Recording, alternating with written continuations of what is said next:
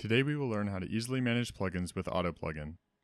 Autoplugin can be used with any hacked PlayStation Vita. For help with this, check out the description or the Wilson Minute playlist linked now. Autoplugin can be installed just like most homebrew, however it is not currently on the Vita homebrew browser. For more help with this, check out the Wilson Minute link now. Launch Autoplugin. You will be brought to the main menu. Select Install Plugin and click X. Navigate to the plugin you wish to install and click X. The plugin will be installed.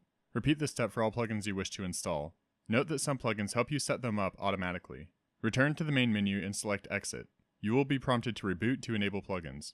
To uninstall any plugins, go back to Autoplugin and select Uninstall Plugins. Navigate to the section you wish to uninstall the plugin from, select the plugin, and press X. Repeat for all plugins you wish to uninstall. Return to the main menu and press Exit. You will be prompted to reboot your Vita. If you would like to make sure all of your plugins are up to date, you can click Check for Plugins Updates and Autoplugin will automatically take care of the rest. It will also check your Vita Cheats database for you.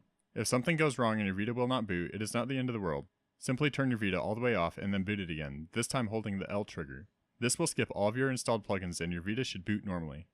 Thank you for watching, and I hope you enjoyed this episode of the Wilson Minute. If you did, make sure to like, subscribe, comment, and if applicable, watch the next and previous videos in this series. If you would like to help support this channel, I have listed ways to do so in the video's description. Now get out there and apply your newfound knowledge.